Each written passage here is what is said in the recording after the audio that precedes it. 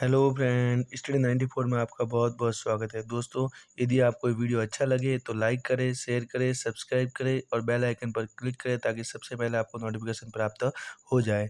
देखिएगा दोस्तों, ये अपने इतिहास का सेकंड वीडियो है। इससे पूर्व भी मैंने एक वीडियो बना लिया है जिसमें इतिहास को 3 भाग में डिवाइड करते हुए प्राचीनकालीन इतिहास, मध्यकालीन इतिहास और आधुनिक इतिहास, जिसमें प्राचीनकालीन इतिहास का संपूर्ण सिलेबस मैंने बता दिया है तथा उस सिलेबस के अकॉर्डिंग ही अपन जो है अध्ययन करेंगे।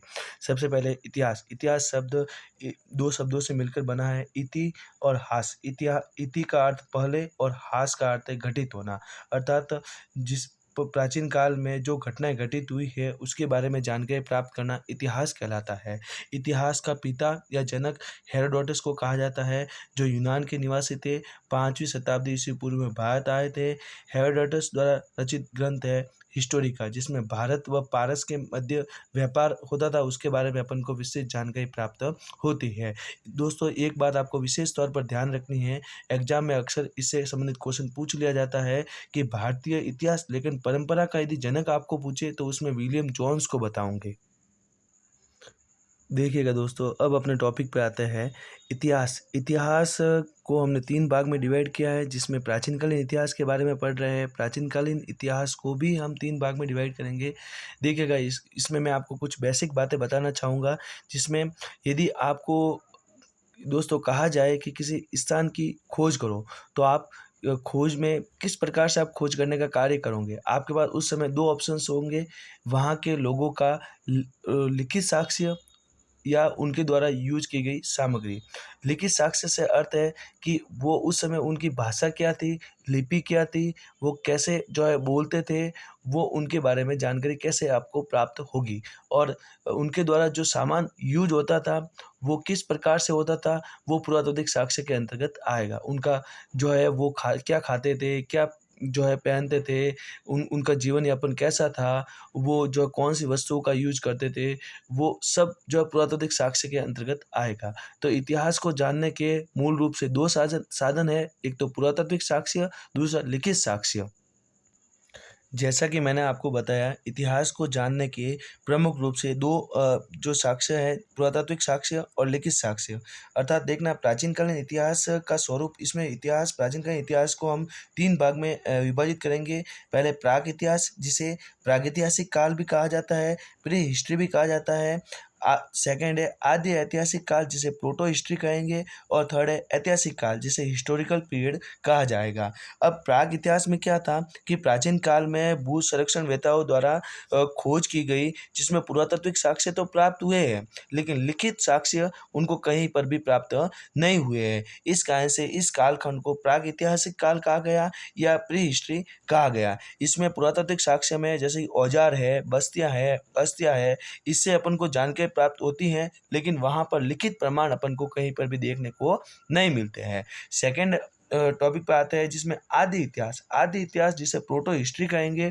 प्रोटो हिस्ट्री के अंतर्गत पुरातात्विक साक्ष्य भी प्राप्त हुए हैं, उनके द्वारा जो भी सामग्री यूज की जाती थी उनकी संपूर्ण जानकारी प्राप्त हुई है, और साथ ही उनके द्वारा उनकी भाषा क्या थी, लिपि क्या थी, उसके बारे में भी अपन को जानकारी प्राप्त होती है, लेकिन अभी तक इनको पढ़ा नहीं गया है। जैसे कि हड़प्पा काल देख सकते हो आप, इसमें लोगों की वहाँ की लिपि क्या थी, उनकी भाषा क्या थी, उससे अपन को जानकारी तो प्राप्त है ना, लेकिन जो है उनकी भाषा में क्या लिखा गया है वो अपन को अभी तक इसके बारे में जानकारी प्राप्त पूर्ण रूप से नहीं हुई है, क्योंकि अभी तक वहाँ की भाषा को अभी तक पूर्ण रूप से पढ़ा नहीं गया है।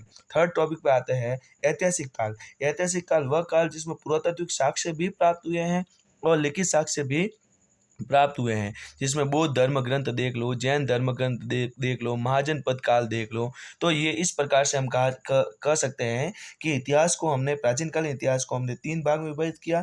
प्राक ऐतिहासिक काल या जो है प्राक ऐतिहासिक काल या प्रागैतिहासिक काल, बात एक ही है। या आद्य ऐतिहासिक काल और ऐतिहासिक काल, जिसमें लिखित साक्ष्य प्राप्त नहीं हुए हैं। इसमें लिखित साक्ष्य प्राप्त हुए हैं, लेकिन अभी तक इनको पढ़ा नहीं गया है। और यहाँ पर लिखित साक्ष्य प्राप्त हुए हैं जिनको पढ़ा भी जा चुका है। तो इस प्रकार से हम 3 भाग में डिवाइड हमने किया है।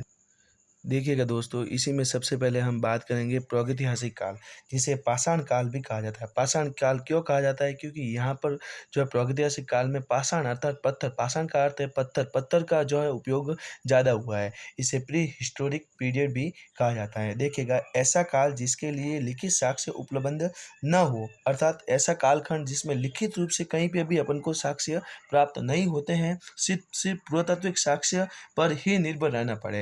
यानी कि वहाँ के लोगों के द्वारा जो वस्तुओं का वो यूज करते थे, उनके आधार पर ही अपन अनुमान लगा सकते हैं कि ऐसा हुआ होगा या उन्होंने इन इन वस्तुओं का यूज किया होगा।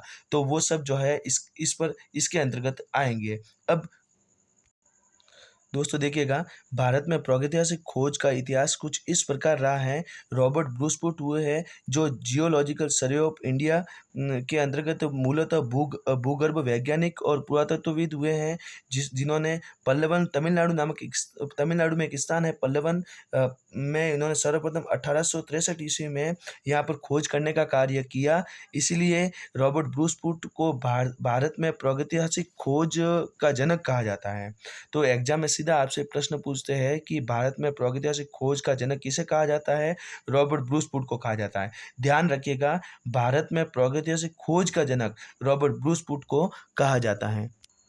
दोस्तों, यदि आपको पूछ लिया जाए कि भारतीय पुरातत्व विभाग का जनक किसे कहा जाता है, जो तो उसमें आप बताओगे अलेक्जेंडर कनिंघम को बताओगे, जिन्होंने 1861 ईस्वी में जो है पुरातत्व विभाग के जो है जनक कहलाए, जो महानिदेशक भी हुए हैं। देखिएगा, कंफ्यूज होना मत, इसमें आपको इसमें देखिएगा, इसमें भारत में प्रागैतिहासिक खोज का जनक पूछे तो उसमें रॉबर्ट ब्रूसपुट बताओगे, और वहीं आपको यदि एग्जाम में पूछ लिया जाए कि भारत में पुरातत्व विभाग का जनक, तो उसमें अलेक्जेंडर कनिंघम को बताने का कार्य आप करोगे। देखिएगा, एक विशेष बात आपको ध्यान रखनी है।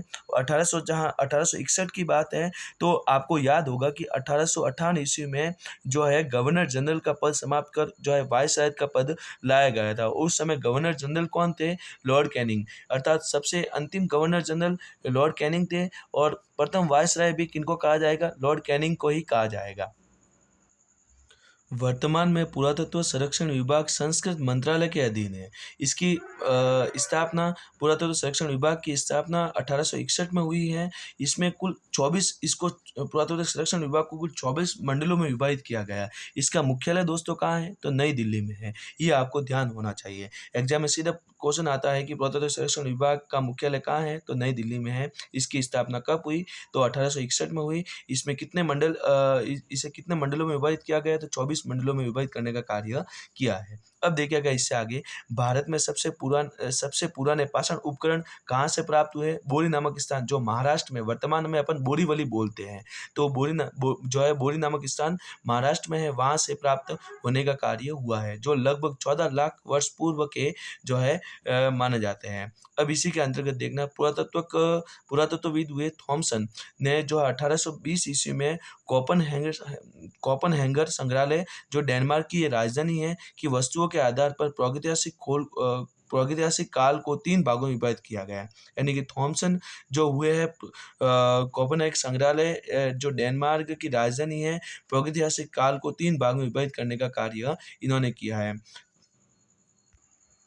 देखिएगा दोस्तों, इसमें आपको कंफ्यूज नहीं होना है। इतिहास को हमने 3 भाग में विभाजित किया था: प्राचीनकालीन इतिहास, मध्यकालीन इतिहास और आधुनिक इतिहास। उसके बाद में हमने प्राचीनकालीन इतिहास को भी 3 भाग में विभाजित किया था: प्रागैतिहासिक काल, आद्य ऐतिहासिक काल और ऐतिहासिक काल। अब उसमें भी प्रागैतिहासिक काल को भी हम 3 भाग में विभाजित करेंगे। सबसे पहले पाषाण काल, फिर कांस्य युगीन सभ्यता और फिर लोह युगीन सभ्यता। यानी कि सबसे पहले जो है पाषाण अर्थात पत्थरों का यूज किया गया, उसके बाद में कांस्य यानी कि कांसे का, तांबे का यूज किया गया, फिर लोहे का युग जो है किया गया, फिर लोहे का यूज किया गया था। अब देखना, पाषाण काल को भी हम 3 भाग में विभाजित करेंगे: पूरा पाषाण काल, मध्य पाषाण काल और नव पाषाण काल। पूरा पाषाण काल को पैलियोलिथिक एज के नाम से भी जाना जाएगा। अब पूरा पाषाण काल को भी हम 3 भाग में विभाजित करेंगे, पूर्व या निम्न पूरा पाषाण काल, मध्य पूरा पाषाण काल और उच्च पूरा पाषाण काल। मध्य पूरा पाषाण काल को फलक संस्कृति भी कहा जाता है, क्योंकि उस समय जो है पत्रों को धारदार बनाया जाता था। इस कारण से इस काल को जो है फलक संस्कृति के नाम से भी जाना जाता है। देखिएगा, पाषाण काल की जहाँ बात आती है, या अपन कहेंगे कि प्रागैतिहासिक काल, इसका समय काल 25 लाख ईसा पूर्व से लगाकर 10,000 ईसा पूर्व के मध्य इसका समय काल रहेगा। इसमें इसके जो लक्षण हैं, जिसमें आखेट या शिकार करना, यानी कि प्राचीन काल में लोग आखेट या शिकार करने की उनको जानकारी थी। खाद्य संग्रहण भी किया करते थे, यानी कि प्राचीन काल में लोग अपना जीवन यापन करने के लिए कुछ सामान खाद्य को इकट्ठा करने का भी कार्य करते थे, लेकिन उनको पशुपालन का ज्ञान नहीं था। पशुओं को वो मार कर खाते थे दोस्तों, लेकिन उनको पशुपालन का ज्ञान नहीं था कि किस प्रकार से पशुओं को पाला जाता है। आगे अपन पढ़ेंगे कि आग का ज्ञान तो उनको था, लेकिन उनको उनको आग का यूज कैसे होता है, आग का उपयोग कैसे होता है, यानी कि जो है कह सकते हैं कि खाद्य सामान को पकाने के लिए यूज किया जाता है या किसी और कारण से यूज किया जाता है, तो वो उनको जानकारी नहीं थी। देखिएगा, मैंने आपको बताया कि प्रागैतिहासिक काल में जो है आग की उनको जानकारी नहीं थी, या यूँ कहेंगे कि विस्तृत रूप से उनको आग की जानकारी नहीं थी। अब उसी क्रम में आगे बढ़ते हुए देखेंगे, आग का जो आविष्कार है भारत की दृष्टि से देखेंगे तो भारत में अग्नि का प्राचीनतम अवशेष, यानी कि सबसे पहले जानकारी अपन को कहाँ से प्राप्त होती है कि लोगों को जो आग की जानकारी प्राप्त हुई थी, तो आंध्र प्रदेश के कर्नूल नामक स्थान से ही अपन को जानकारी प्राप्त होती है कि लोगों को यहाँ से जो है आग की जानकारी प्राप्त होने का कार्य हुआ था। अब लोगों के द्वारा वहाँ पर औजारों का भी जो उपयोग करते थे, जिसमें स्फटिक अर्थात पत्थरों या क्वार्टरजाइन का जो है वो यूज करते थे। यहाँ पर सल्क, ब्लेड, जो है पत्थरों से बनाई जाने वाले जो उपकरण थे, उनका वो यूज करते थे। अब यहाँ पर देखना, सोहन नदी के आसपास छापर, छापिंग, पेबुल उपकरण भी प्राप्त होने का कार्य हुआ है। देखिएगा, प्रागैतिहासिक काल में अधिकतर आप देखोगे कि नदियों या चबूतरों या रेत के जो ढेर है, वहाँ से ये औजार उपकरण अधिकतर प्राप्त होने का कार्य हुआ है।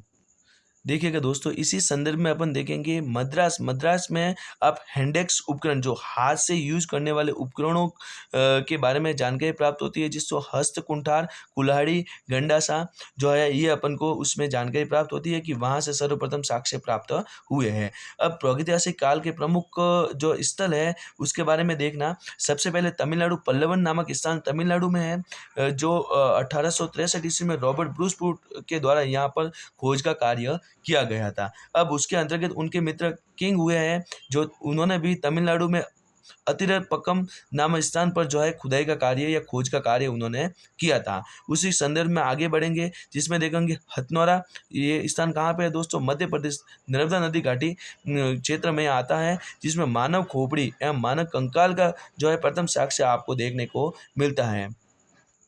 देखिएगा दोस्तों, भीमबेटका की गुफा, ये आपके मध्य प्रदेश नर्मदा नदी घाटी के आसपास आपको देखने को मिलेगी। इसमें 100 से अधिक गुफाएं होने के कारण यूनेस्को की वर्ल्ड हेरिटेज सूची में इसको शामिल किया गया है।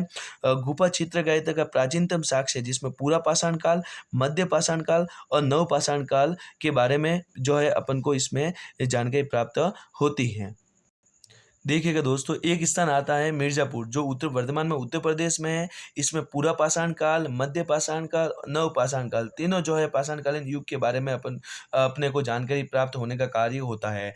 यहाँ के कुछ औजार भी अपने को प्राप्त हुए हैं, जो बेलन नदी घाटी के आसपास स्थित हैं। इसमें जो अस्थि निर्मित मातृ देवी की प्रतिमा प्राप्त हुई है, यानी कि ऐसी प्रतिमा प्राप्त हुई है दोस्तों, जिसमें मातृ देवी की जो है अस्थियों से बनी हुई प्रतिमा देखने को मिलती है। दोस्तों, यदि आपको ये वीडियो अच्छा लगा हो तो लाइक करें, सब्सक्राइब करें और बेल आइकन पर क्लिक करें, ताकि ज़्यादा से ज़्यादा आप जो है इस वीडियो का लाभ ले सकें। धन्यवाद।